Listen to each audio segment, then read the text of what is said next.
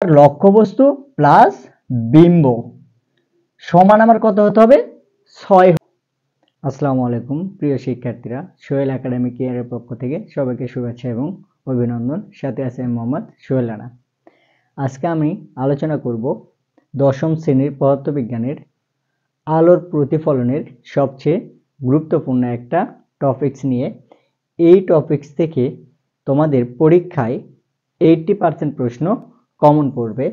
তো আজকে আমরা দেখব যে আলোর প্রতিফলনের ক্ষেত্রে আমাদের যে রশ্মি চিত্রগুলো আছে, এই রশ্মি চিত্র অবতল দর্পণের ক্ষেত্রে কোন বিন্দুতে লক্ষ্যবস্তু রাখলে কোথায় আমার প্রতিবিম্ব সৃষ্টি হবে। এই প্রতিবিম্ব সৃষ্টি হওয়ার আগে আমার জানতে হবে যে প্রতিবিম্ব বা বিম্ব আসলে কত প্রকার। আমরা জানি বিম্ব মূলত হচ্ছে দুই প্রকার, একটা হচ্ছে সৎ প্রতিবিম্ব আর একটা হচ্ছে অসৎ প্রতিবিম্ব, বা একটা বাস্তব প্রতিবিম্ব আর একটা হচ্ছে অবাস্তব প্রতিবিম্ব। এখন আমি যে চিত্রগুলো এখানে এঁকেছি এই সবগুলোই আমি অবতল দর্পণের ক্ষেত্রে প্রয়োগ করেছি। তো অবতল দর্পণের ক্ষেত্রে আমরা দুইটা প্রতিবিম্বই দেখতে পাবো, অর্থাৎ বাস্তব এবং অবাস্তব এই দুইটা প্রতিবিম্বই দেখতে পাবো।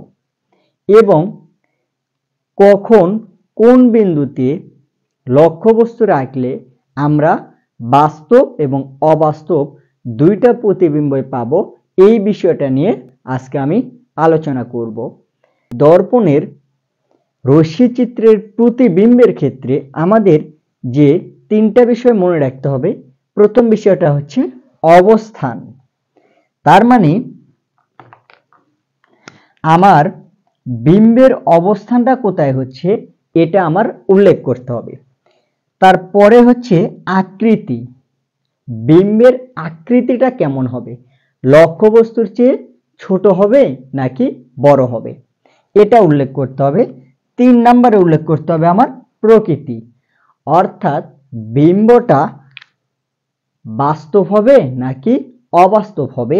এই তিনটা বিষয় আমাকে প্রত্যেকটা বিম্ব তৈরির পরে উল্লেখ করে দিতে হবে।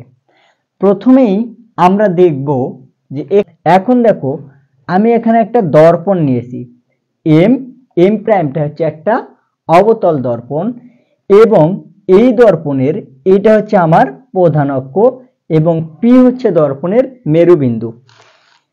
এই মেরুবিন্দু থেকে এইখানে আমি নিয়েছি হচ্ছে এফ, এটা হচ্ছে আমার প্রধান ফোকাস আর এটা হচ্ছে আমার বক্রতার কেন্দ্র।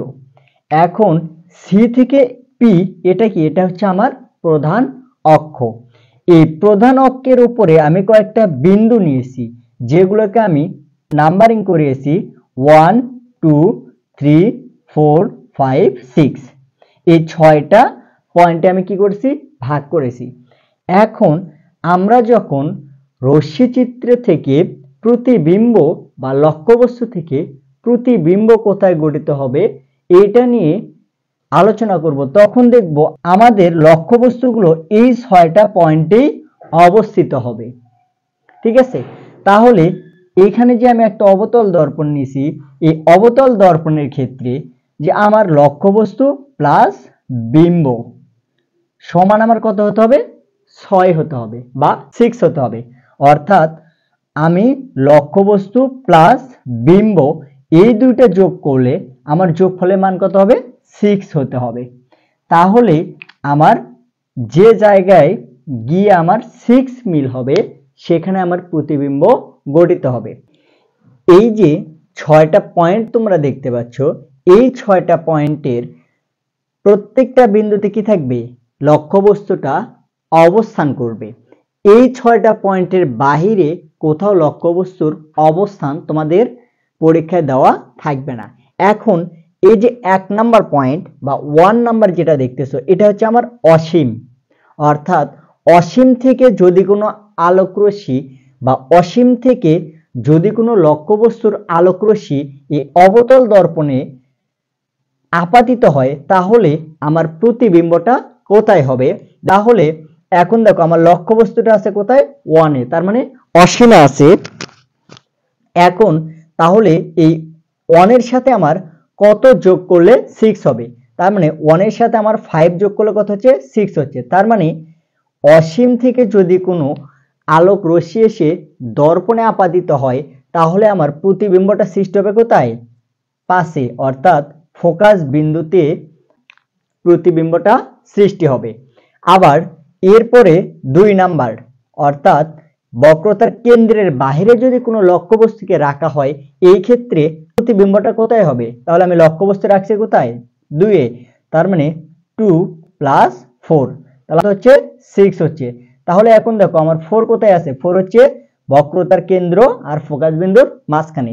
তার মানে বক্রতার কেন্দ্রের বাইরে এই পয়েন্টে যদি আমি কোনো লক্ষ্যবস্তুকে রাখি, তাহলে আমার প্রতিবিম্বটা হবে কোথায়, বক্রতার কেন্দ্র আর হচ্ছে ফোকাস বিন্দুর মাঝে। তার মানে এই বিন্দুতে আমার হবে প্রতিবিম্ব। এরপরে আছে 3 নাম্বার।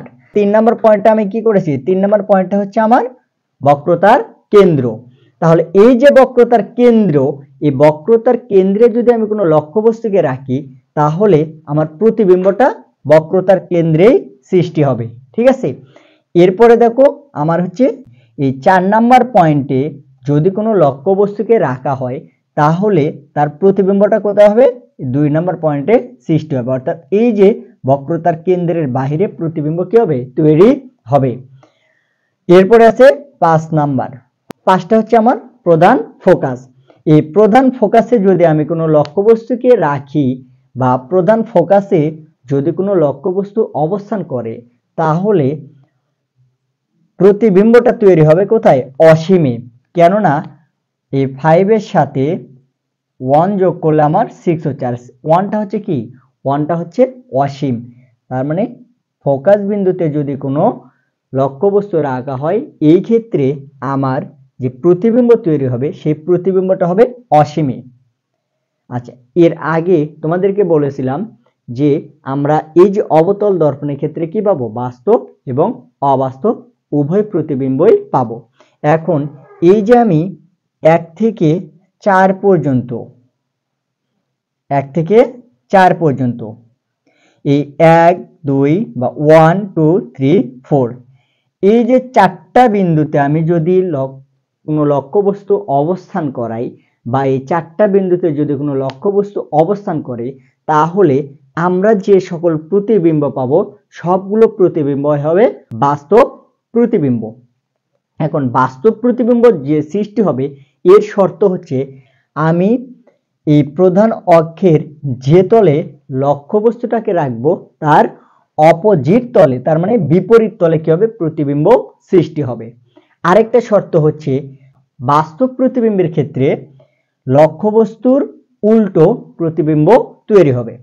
আর 6 নাম্বার পয়েন্ট দেখো, তাহলে আমরা 5 পর্যন্ত শেষ করেছিলাম, এখন আমাদের আছে 6 নাম্বার পয়েন্ট। 6 নাম্বার পয়েন্টটা কোথায় অবস্থিত, ফোকাস বিন্দু আর হচ্ছে মেরুবিন্দুর মাঝখানে অবস্থিত। এই যে ফোকাস বিন্দু এবং মেরুবিন্দুর মাঝখানে যদি কোনো লক্ষ্যবস্তুকে অবস্থান করানো যায়, বা যদি কোনো লক্ষ্যবস্তু এই বিন্দুতে অবস্থিত হয়, তাহলেই আমরা একমাত্র অবাস্তব প্রতিবিম্ব পাবো, সেটা হচ্ছে অবতল দর্পণের ক্ষেত্রে।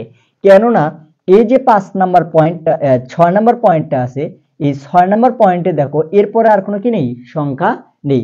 তার মানে এখানে যদি আমি কোনো লক্ষ্যবস্তুকে রাখি, তাহলে আমি একমাত্র অবাস্তব প্রতিবিম্ব পাবো।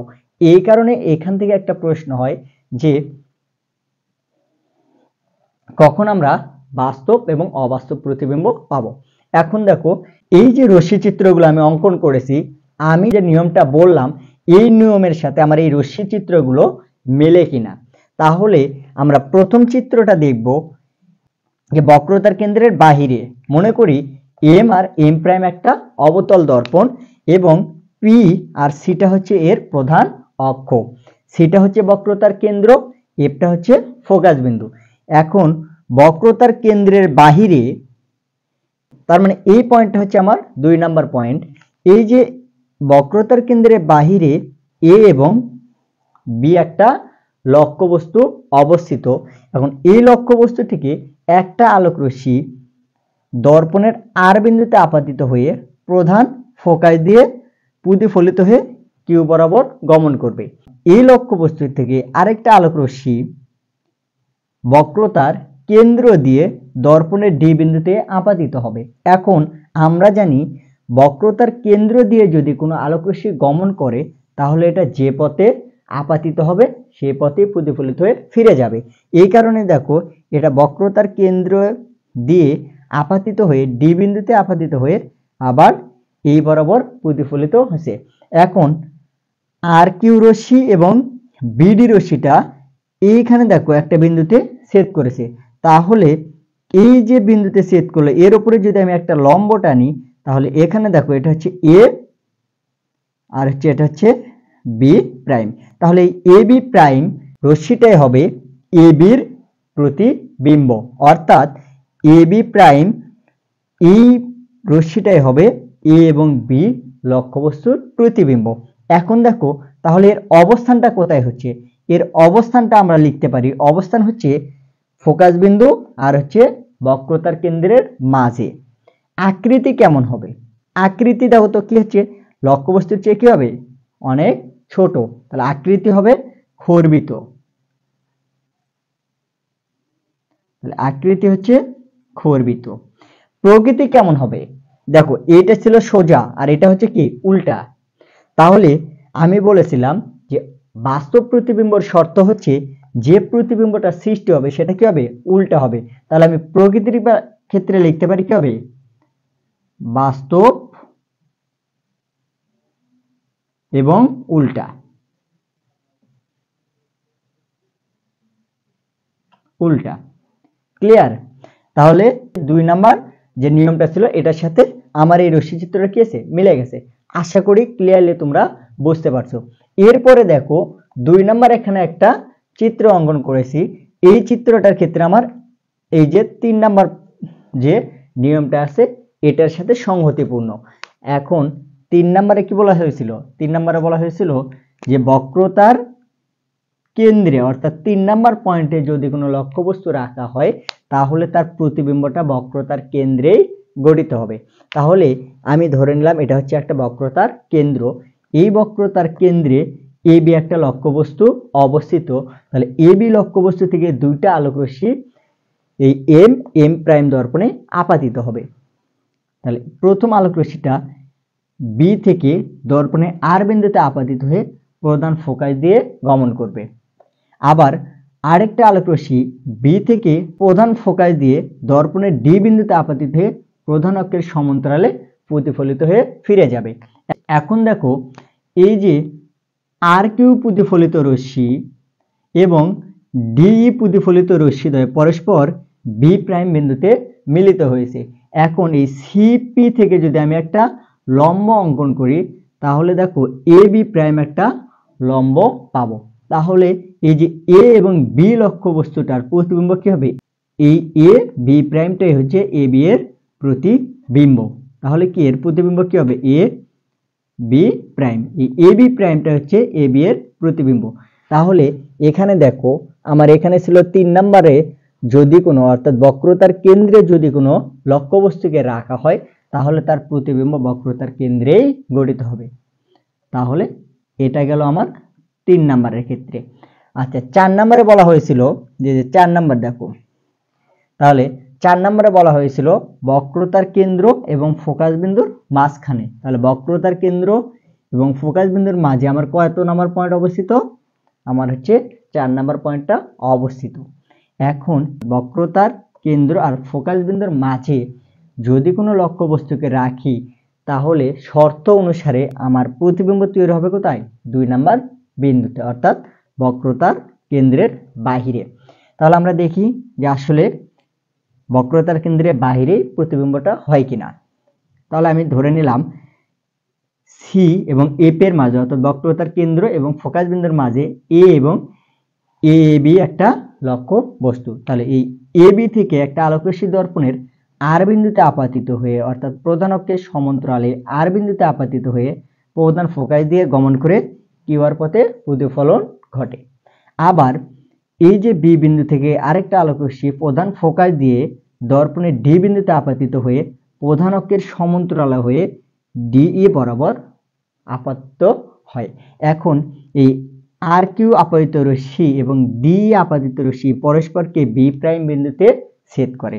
এখন এই প্রধান অক্ষের উপরে যদি আমি একটা লম্ব টানি তাহলে এ বি প্রাইম একটা লম্ব পাবো। এখন এই এ বি প্রাইমটাই হচ্ছে এ বি এর প্রতিবিম্ব। তাহলে এ বি এর প্রতিবিম্ব কি হবে আমার এ বি প্রাইম।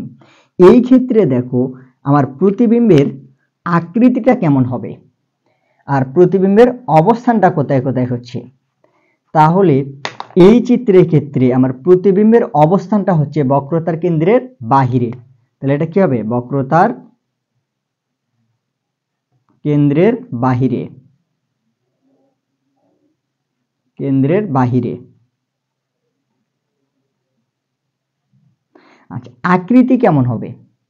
আকৃতি কি হচ্ছে দেখো তো এ বি এটা একটা আমার হচ্ছে লক্ষ্যবস্তু, তার চেয়ে কি বড়, তার মানে বড় হলে কি হবে আকৃতি হবে বিবর্ধিত। তাহলে বিবর্ধিত। প্রকৃতি কেমন হবে? প্রকৃতি হবে বাস্তব এবং উল্টা। তাহলে বাস্তব ও উল্টা। এটা গেল বক্রতার কেন্দ্র এবং ফোকাস বিন্দুর মাঝে যদি কোনো লক্ষ্যবস্তু অবস্থান করে।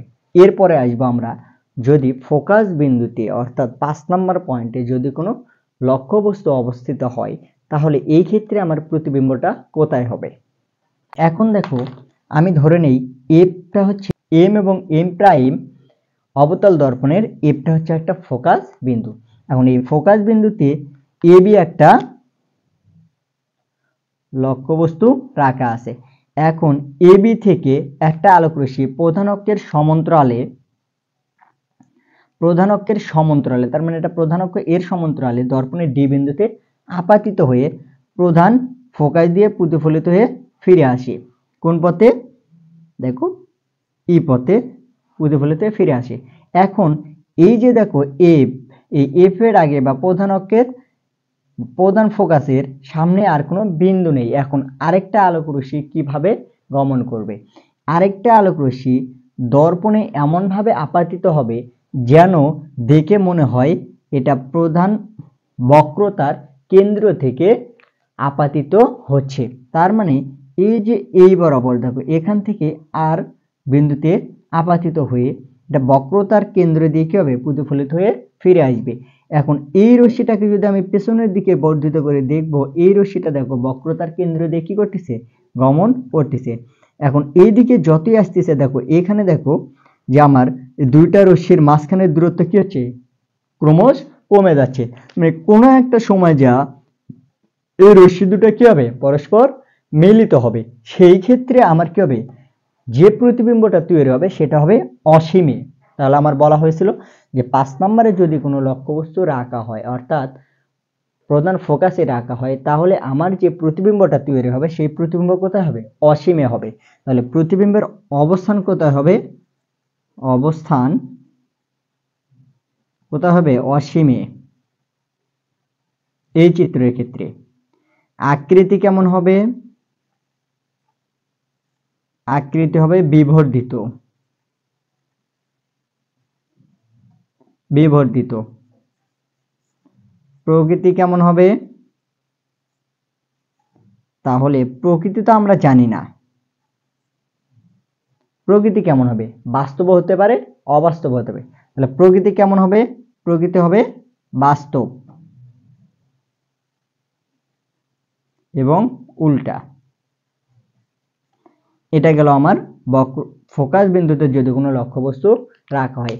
এবার আসি সবচেয়ে ইম্পর্টেন্ট এবং সবচেয়ে গুরুত্বপূর্ণ একটা পয়েন্ট, সেটা হচ্ছে ফোকাস বিন্দু আর মেরুবিন্দুর মাঝে যদি কোনো লক্ষ্যবস্তুকে রাখা হয় এই ক্ষেত্রে আমার প্রতিবিম্বটা কোথায় গঠিত হবে। এখন আমরা দেখব ফোকাস বিন্দু আর মেরুবিন্দুর মাঝখানে যদি কোনো লক্ষ্যবস্তুকে রাখা হয় এই ক্ষেত্রে আমার প্রতিবিম্বটা কোথায় গঠিত হবে। এই ক্ষেত্রে যে প্রতিবিম্বটা গঠিত হবে একমাত্র এই প্রতিবিম্বটাই হবে অবাস্তব প্রতিবিম্ব, আর এর অবস্থান হবে কোথায়? দর্পণের পেছনে হবে। তাহলে দেখো মনে করি এফ আর পি, এই দুটা, এফটা হচ্ছে ফোকাস বিন্দু আর পিটা হচ্ছে কি মেরুবিন্দু। এই ফোকাস বিন্দু আর মেরুবিন্দুর মাঝখানে এ এবং বি, এটা একটা লক্ষ্যবস্তু। এখান থেকে একটা আলোক রশ্মি প্রধান অক্ষের সমান্তরালে দর্পণের ডি বিন্দুতে আপতিত হয়ে প্রধান ফোকাস দিয়ে প্রতিফলিত হয়ে ফিরে আসে, এবং আরেকটা আলোক রশ্মি দর্পণে এমনভাবে আপতিত হয় যেন এটা বক্রতার কেন্দ্র দিয়ে প্রতিফলিত হচ্ছে বলে মনে হবে। এখন বক্রতার কেন্দ্র দিয়ে যে আলোক রশ্মিটা প্রতিফলিত হয় বা দর্পণে আপতিত হয়, সেটা যে পথে আপতিত হয় সেই পথেই ফিরে আসে। এখন দেখো, এই রশ্মিটাকে যদি আমরা বক্রতার কেন্দ্র দিয়ে পেছনের দিকে বর্ধিত করি না কেন, এই রশ্মি দুটাকে যদি আমি বর্ধিত করি, এর মাঝে দেখো দূরত্ব শুধু বাড়তেই আসে। এখন এই যে এই বিন্দুতে যে রশ্মিটা আপতিত হলো, এই রশ্মিটাকে যদি পেছনের দিকে বর্ধিত করি এবং এই যে আর রশ্মিটাকে যদি পেছনের দিকে বর্ধিত করি, তাহলে এরা দেখো এই বিন্দু থেকে এসে পরস্পর ছেদ করছে। এখন এই যে বি প্রাইম বিন্দুতে যে পরস্পর ছেদ করলো, এই বি প্রাইম বিন্দু থেকে যদি আমি প্রধান অক্ষের উপরে একটা বি এ লম্ব রাখি, তাহলে এই বি এ লম্বটাই হবে এ বি লক্ষ্যবস্তুর কি প্রতিবিম্ব। তাহলে এ বি লক্ষ্যবস্তুর প্রতিবিম্ব অবস্থান কোথায় হবে? দর্পণের পেছনে। তাহলে এর অবস্থান দেখো, যে অবস্থান কোথায় হলো? দর্পণের পিছনে। আচ্ছা, আকৃতি কেমন হবে? দেখো আকৃতি, তার মানে দেখো এই যে আমি দর্পণে যে লক্ষ্যবস্তুটা নিয়েছিলাম তার চেয়ে কি হয়েছে? অবশ্যই বড় হয়েছে। তার মানে এটা কি হবে? বিবর্ধিত। আচ্ছা, প্রকৃতি কেমন হবে? প্রকৃতি হবে অবাস্তব এবং সোজা। তাহলে দেখা যায় যে আমরা অবতল দর্পণে দুইটা প্রতিবিম্বই পাবো, একটা বাস্তব প্রতিবিম্ব আর একটা কি অবাস্তব প্রতিবিম্ব। তাহলে এখন এই যে এই চিত্র থেকে আমরা দেখলাম যে ফোকাস বিন্দু আর একটা কি মেরুবিন্দুর মাঝখানে কোনো অবতল দর্পণের ক্ষেত্রে যদি লক্ষ্যবস্তুকে রাখা হয়, তাহলে আমরা একমাত্র অবাস্তব প্রতিবিম্ব পাবো। আশা করি সবাই ক্লাসটা বুঝতে পারছো। এই অধ্যায়ের এই টপিকসটাই তোমাদের জন্য সবচেয়ে বেশি গুরুত্বপূর্ণ, অর্থাৎ আলোর রশ্মিচিত্রের ক্ষেত্রে আমাদের যে প্রতিবিম্ব গঠন আসে বা প্রশ্নে আসে, দেখাও যে এবি অবস্থানে লক্ষ্যবস্তু রাখা হলে এর প্রতিবিম্বটা কোথায় হবে, রশ্মিচিত্রের মাধ্যমে কি করো? ব্যাখ্যা করো। এই 6টা পয়েন্টের বাহিরে কোথাও থেকে তোমাকে পরীক্ষায় লক্ষ্যবস্তুর অবস্থান দেবে না।